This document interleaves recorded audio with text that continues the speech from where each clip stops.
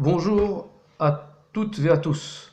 Voilà, on va essayer d'expliquer, de comprendre pourquoi est-ce que dans la paracha de Bechukotai, il y a des malédictions et à quoi sert le fait de lire ces malédictions avant Matan Torah, avant la fête de Shavuot. Donc,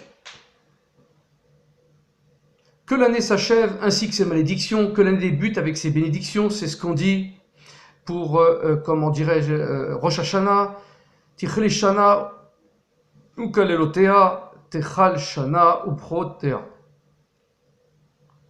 Le prochain Shabbat, on va lire dans la Torah la double section des deux parachiotes, Béar Bechukotai.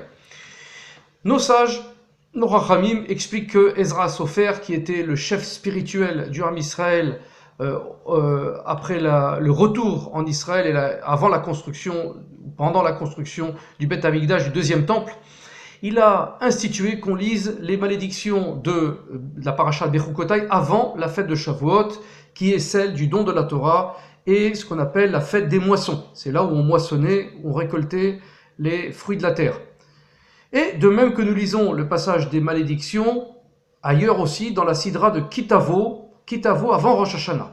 Donc avant Shavuot, on lit les malédictions de Bechukotai, avant Rosh Hashanah, on lit les malédictions de Kitavo. Pourquoi ? Afin que l'année s'achève ainsi que ses malédictions, comme on l'a dit tout à l'heure, Tichle Shana, Kalalotea, que soit la fin des malédictions. Dans le Talmud, Megillah 31b, il est écrit ceci. Il y a une braïta, un enseignement, Rabbi Shimon ben Elazar dit Ezra, donc Ezra Sofer, qu'on a précité, institua pour Israël de lire les malédictions écrites dans Vaïkra, le Lévitique avant Shavuot, et celles écrites dans le Deutéronome avant Rosh Hashanah.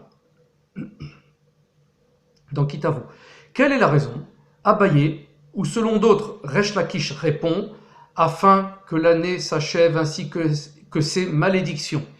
Donc le fait de lire les malédictions dans Bechukotai et dans Kitavo avant Shavuot et avant Rosh Hashanah, ça stoppe les malédictions.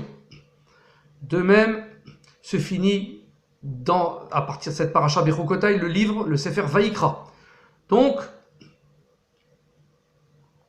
on rentre dans le livre de Bamidbar, on arrête un livre, celui de Vaïkra, on rentre dans celui de Bamidbar, c'est une nouveauté, on ouvre une nouvelle porte, on va dire, ce sont des portes.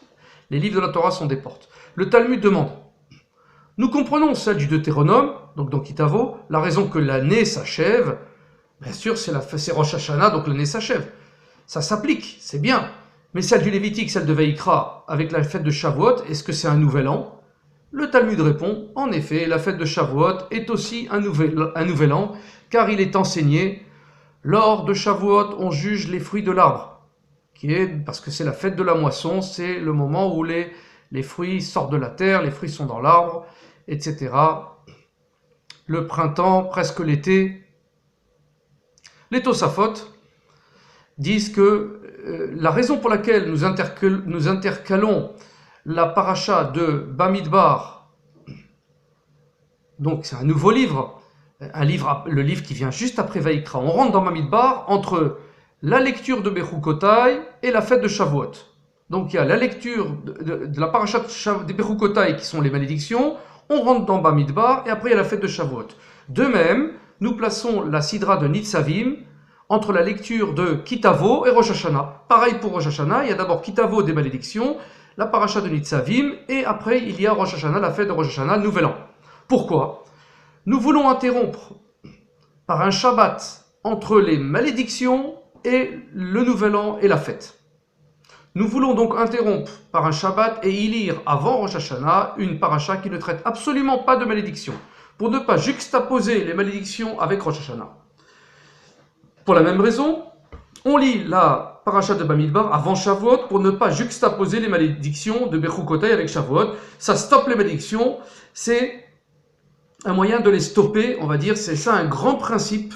L'essence de lecture de la paracha des malédictions est une ségoula, c'est une protection extraordinaire pour que l'année s'achève, ainsi que ces malédictions.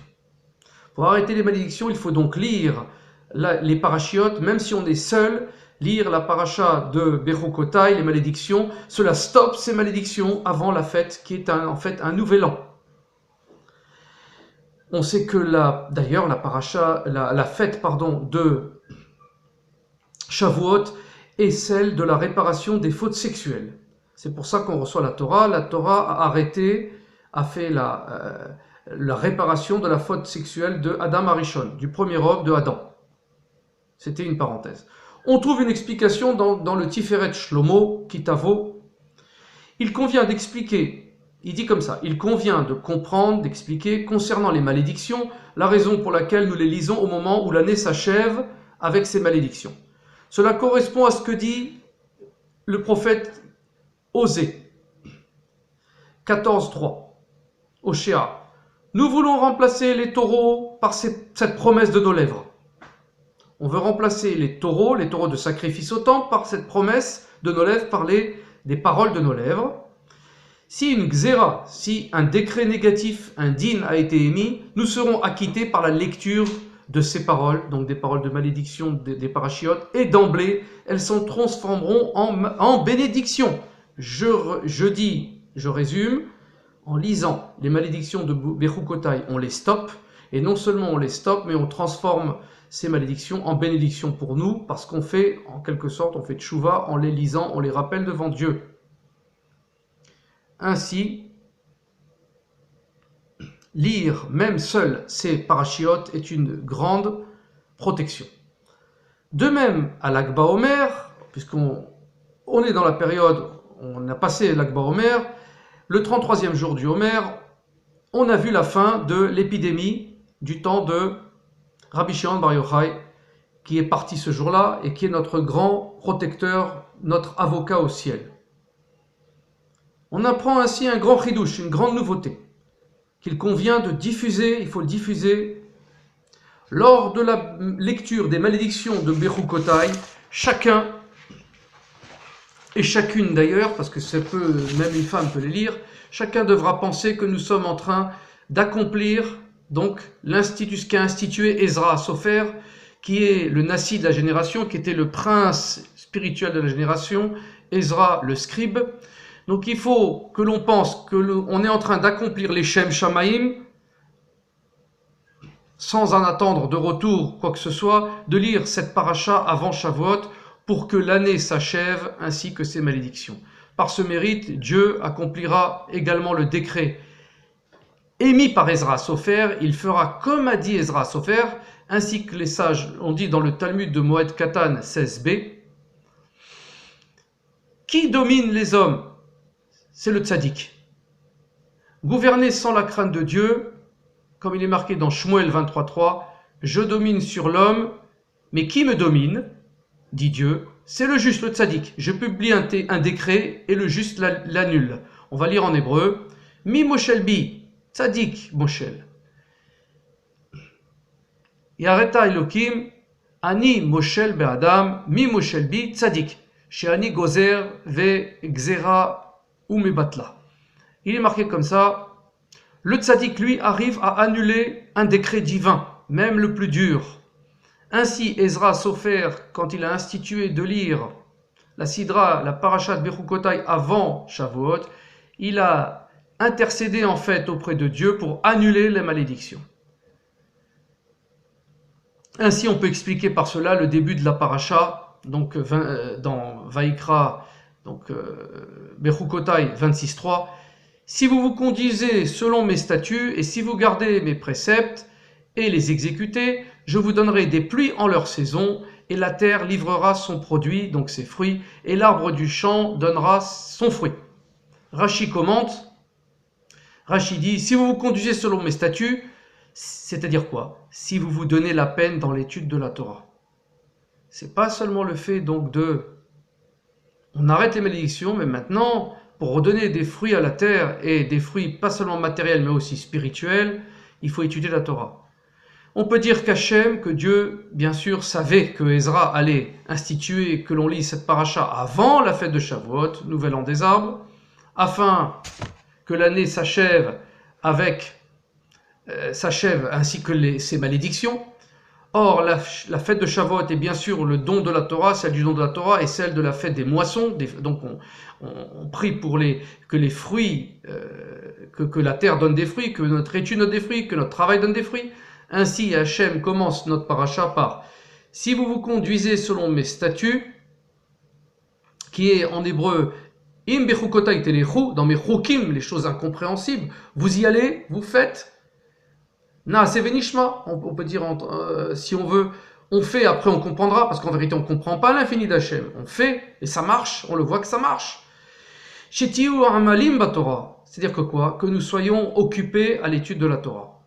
Si vous gardez mes préceptes et les exécutez, c'est en vérité si on étudie la Torah. Que par ce mérite vous serez assurés lors de la fête de Shavuot, nouvel an des fruits de l'arbre, don de la Torah, fête des moissons. Ces derniers seront bénis, tous les fruits seront bénis, c'est-à-dire ils seront source de bénédiction, ils nous donneront des niveaux aussi bien matériels que spirituels. Ainsi, Dieu bénit et il dit « Je vous donnerai les pluies en leur saison, et la terre livrera son produit, et l'arbre du champ donnera son fruit. » Puissions-nous, si Dieu veut, Bezrat Hashem, lire ces parachiotes, toutes les parachiotes d'ailleurs, les entendre, et si on ne peut pas, on les lit nous-mêmes. C'est déjà montrer à Dieu que l'on est avec lui. Bezrat Hashem, Bekar Mamash, que nous puissions voir sur notre terre, la terre d'Israël, enfin, Mashiach Tzidkenu, et l'éclatement des pulsions du Yetzer Hara, la fin du Yetzer Hara, et l'extrême lumière de la présence divine sur nous. Baruch Adonai L'Olam, Amen ve Amen.